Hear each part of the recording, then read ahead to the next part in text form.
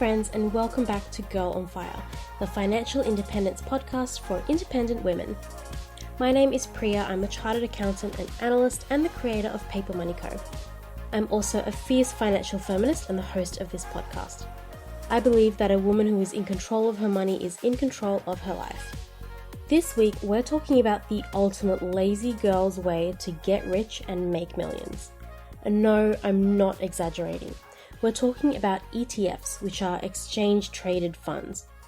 We'll go over what they are and how they work, and we'll talk about how to invest in them and why they're such a great option, especially for newbie investors.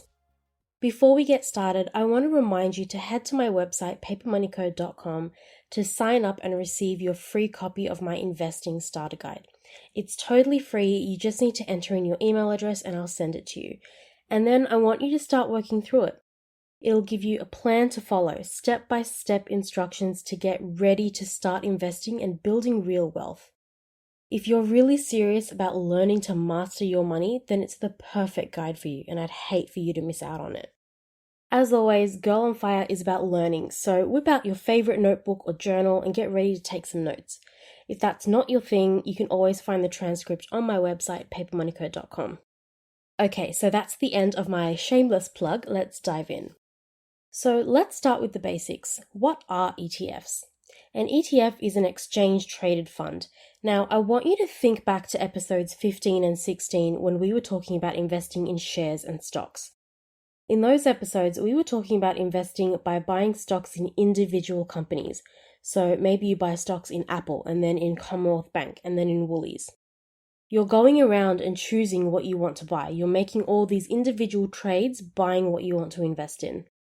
Now, an ETF is a pre-packaged collection of stocks or other assets. So instead of choosing all these individual stocks, you might buy a basket labeled tech stocks or top 200 Australian stocks or clean energy stocks. Think of it like a Christmas hamper. You can either buy all these individual things, the shortbread, brandy, pudding, bonbons, fruitcake, chocolate-covered nuts, and put them in your own little basket. Or you can buy one of those done-for-you hampers that are already assembled with the Christmas goodies wrapped in cellophane with a big red bow on top. So think of ETFs like that done-for-you Christmas hamper. Total side note here, a few years ago I created a birthday basket for myself and it was like a little Priya hamper. I bought books, stationery, perfume, candles, beauty products and chocolate, of course chocolate, for myself and created my own little basket, so that was fun. But getting back on topic, these ETF hampers are created by fund management companies like Vanguard or BlackRock or iShares and sold to investors on the stock market. But let's take a minute to understand the purpose of ETFs. The goal of an ETF is to track an index, and an index is essentially a segment of the stock market. So, for example, you could have a sustainability index that's made up of companies that produce clean energy, or you can have an index of the largest 200 companies on the stock market, or maybe an index of all the tech companies listed on the exchange. So what your ETF tries to do is match the performance of that underlying index, whether it's performing well or not. It's trying to mirror it. Now, it's important here to clarify the difference between an index fund and an ETF, because an index fund does the same thing.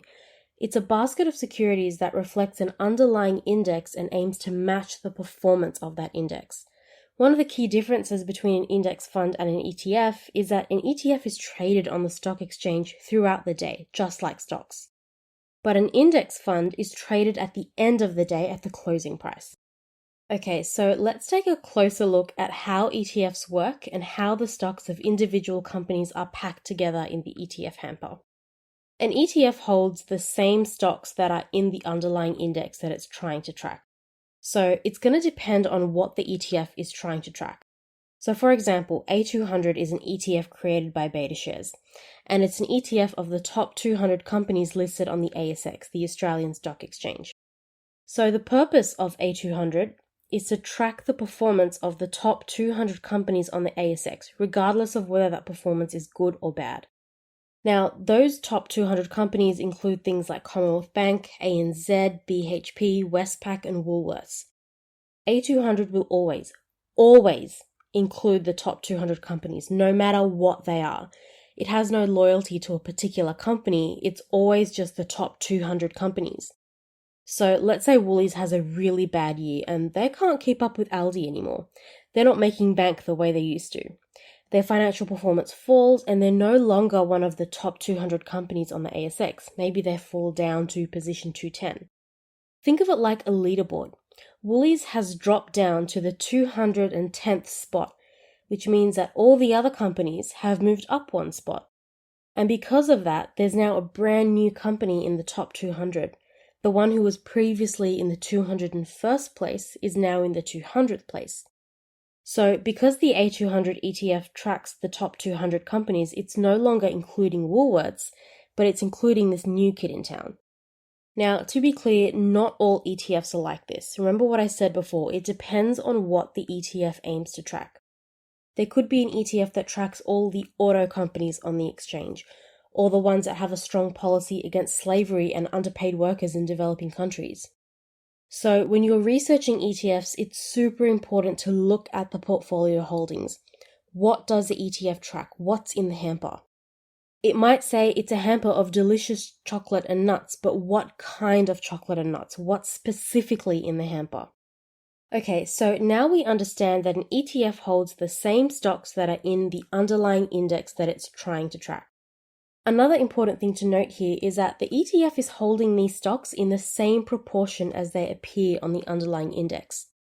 So, for example, if Commonwealth Bank makes up 5% of the top 200 companies on the ASX, then 5% of the value of the A200 ETF is made up of Commonwealth Bank. And because the ETF is tracking the index, when the proportion of companies changes, the ETF aims to match that as well. Now, I mentioned earlier that ETFs are traded on the stock exchange throughout the day, just like shares are. And that means your trades to buy and sell ETF units are executed by a broker. We talked about how to choose a broker in episodes 3 and 4. So when you trade ETFs, you may also have to pay brokerage fees and commissions, and you may also have to comply with the minimum initial investment values set by your broker. An important thing to note here is that these aren't the only costs involved with investing in ETFs. ETFs also charge a management expense, which is called a management expense ratio or MER, kind of like a mermaid. And it's expressed as a percentage. So for example, if an ETF has a MER of 0.1%, that means it charges a management fee of 0.1% of the value of your holding.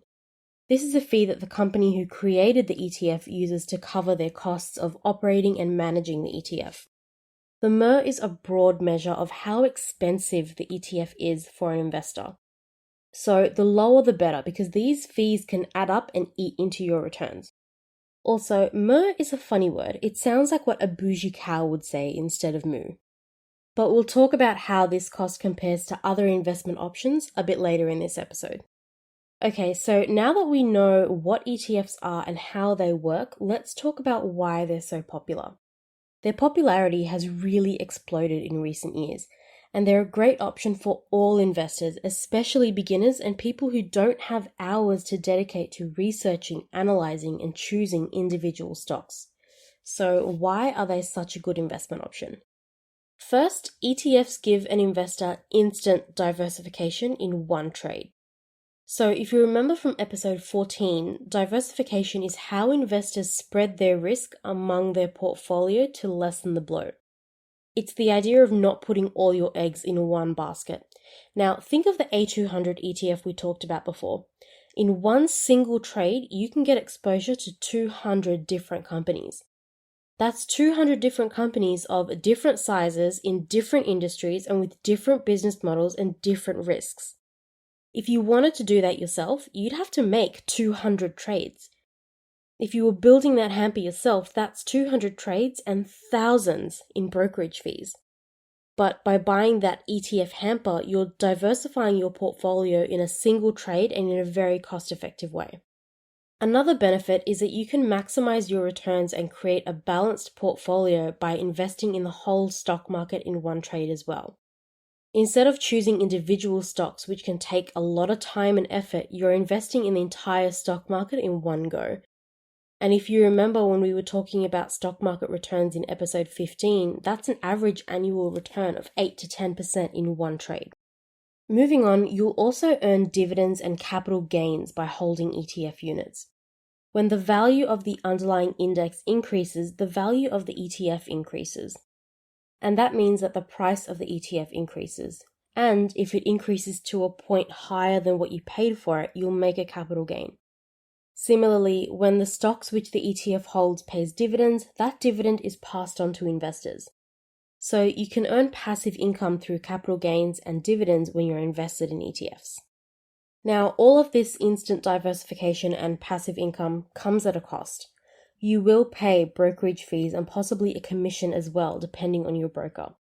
You'll also have to pay a management expense, which is deducted from your returns. But ETFs are actually a low-cost investment compared to some other options. For example, a mutual fund is a pretty expensive investment because there's an actual human fund manager who needs to sit there analyzing and picking stocks to invest in. It's actively managed. And that fund manager needs to get paid, so the cost gets passed on to investors. That doesn't happen with ETFs because they're passively managed. There's not a lot of picking involved, so the costs are much lower. Now, the MER can change from ETF to ETF depending on what that ETF includes and how that basket is packaged. Something like the A200 will have a relatively low MER compared to other ETFs. It's made of the top 200 companies. There's no picking involved. It is what it is. But an ETF that tracks sustainability companies might have a higher MER because it takes more work to add and remove and adjust the holdings. So, what's a good MER? According to Investopedia, for a passively managed fund, the MER is typically about 0.2%. But there are many ETFs out there that have a higher MER or a much lower MER. Now, there have been studies that show that most of the time when a person tries to pick and choose stocks to outperform the market, they actually end up underperforming on average because no one can see the future. So why try to outperform when you can at least be guaranteed to match it? Now, in the next part of this episode, we're going to talk a little bit about the risks of investing in ETFs. But before we do that, I need to ask my girls on fire for a favor. If you've listened this far into the episode, then you're clearly enjoying it. I'd love it if you just hit pause for 30 seconds, go over to Apple Podcasts and leave a rating and a review for Girl on Fire. There's a link that'll take you quickly over there right at the end of the show notes. Your feedback helps me improve the content that I share, and it helps other women out in the internet wilderness find us and become Girls on Fire as well. And it'll also make me really happy, which is a nice bonus. Okay, so back to the risks of investing in ETFs. When you're learning how to invest in anything, it's super important that you understand the risks that are involved. One of the most common risks with ETFs is the risk of tracking error. Now, we talked about how an ETF aims to track the performance of an underlying index. Tracking error is the difference between how the ETF performs and how the underlying index performed. So it's a measure of how accurate the ETF was in doing its job of tracking the index. The lower the tracking error, the better. The last thing you want as an investor is to purchase an ETF that can't track the index that it's supposed to mirror. The next risk that a lot of investors face, especially in the beginning, is that you could potentially spend a crap ton of money investing in ETFs. You have to pay brokerage and commissions like you do when you're trading any stocks, but you also have to pay that management expense we talked about earlier. And there could be other costs associated with the particular fund that investors have to pay as well. And those costs add up over time and they can really eat into your returns. So it's important to keep those costs as low as you possibly can while still managing your risk. Another thing to keep in mind is that an ETF is a Christmas hamper of individual stocks. It could also contain other assets, but for our purposes, we're talking about stocks. And that means that your ETF will face the same risks that stocks face, and that's things like market risk and political risk. If you need a refresher on the risks of investing in stock market, then go back and listen to episode 16 after you finish this episode. Okay, so next we're going to talk about how to invest in ETFs. As I said before, ETFs are traded on the stock exchange just like stocks. That means you need to buy and sell them through a brokerage account. Now, everything that's listed on the stock exchange has a code. It's called a ticker. It's just a form of abbreviation to identify a company. So, for example, Apple has the ticker AAPL. Don't ask me where they got the extra A from. I have no idea, but I think it's weird. So when it comes to investing, you'll choose a brokerage account for yourself using the advice in episodes 3 and 4. Then you'll search for an ETF by the ticker code and decide how much you want to buy. Now, how do you decide what ETFs to invest in? That's going to be your choice depending on your investing strategy, which is what we talked about in episode 14. You'll need to consider your risk tolerance, your time horizon, and your desired returns. I highly recommend you spend some time Googling companies like Vanguard, BlackRock, and BetaShares. These are financial services companies that create ETFs. They're not the only ones, but they're some of the most popular. Vanguard and BlackRock are American companies with an Australian presence, so you're able to invest in foreign market ETFs like the American stock market. BetaShares is actually an Australian fund manager, but you can buy ETFs for international securities through BetaShares as well. I'll leave them linked in the show notes for you to check out. Have a sticky beak around their websites and see what kind of ETFs they offer and what kind of MERS they charge. What do those ETFs consist of? What type of companies are included in those ETF hampers? What kind of expense ratios do those ETFs have? Get yourself familiar with doing this kind of research and looking through the different ETF options you have to invest in.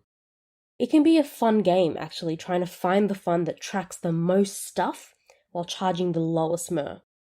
Now, for me personally, I invest in both domestic and international shares. Keep in mind that what I'm about to share is just for education purposes, and I'm in no way providing prescriptive financial advice. This is just what I choose to invest in based on my investing strategy. So I have 3 main ETFs in my portfolio. I invest in VTS, which is the Vanguard US Total Market ETF. I also have VEU, which is the Vanguard All World excluding the US ETF.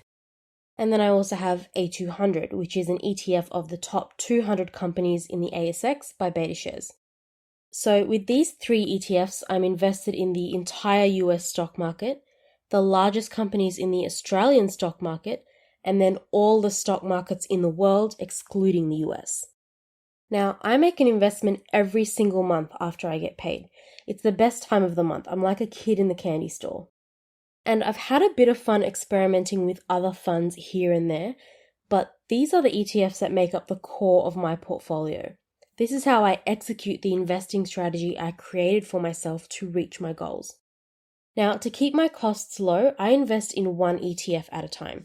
So this month, I might buy more A200. Next month, I'll buy more VEU, and the month after that, I'll buy more VTS. This way, I'm only paying brokerage once per month. And because I use SelfWealth, I pay only $9.50 in brokerage per trade. So each month I'm paying $9.50 in brokerage instead of almost $30 by investing in one ETF at a time instead of splitting my money among all 3. Of course, that's personal preference and based on your individual investing strategy. You don't have to do that. I'm just telling you what I like to do. Now, when it comes to how much you should invest in ETFs, that's going to depend on your circumstances.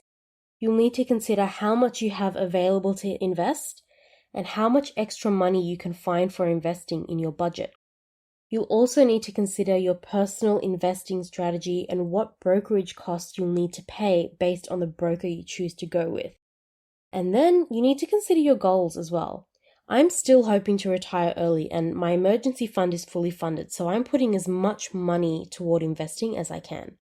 Now, if I continue investing and the market keeps giving me an average return of 8 to 10%, I'll become a millionaire by the time I'm 45, which is when I wanted to retire. And that is all I have for you girls on fire today. My challenge for you this week is to head to papermoneyco.com and get your copy of my investing starter guide if you haven't already done so. It's totally free. You just need to enter in your email address and I'll send it over to you. And then I want you to start working through it. It'll give you a plan to follow step by step to get ready to start investing and building real wealth. On next week's episode, we're going to take a deep dive into bonds, which are another passive option that a lot of investors choose for their portfolios. We'll cover what they are, how they work, and how they can help you reach your financial goals. It's going to be a super interesting episode, so you're definitely not going to want to miss it. Don't forget to rate and review this podcast on Apple Podcasts. It really helps me figure out whether you're enjoying this content and learning from it. Your feedback helps me improve my content so that the episodes get better and better. It's also the best way you can support this show, and it's totally free. Leaving reviews helps others find us as well. As always, if you enjoyed this episode or found it interesting, then spread the love and share it with your friends. Bye for now, I'll see you next week.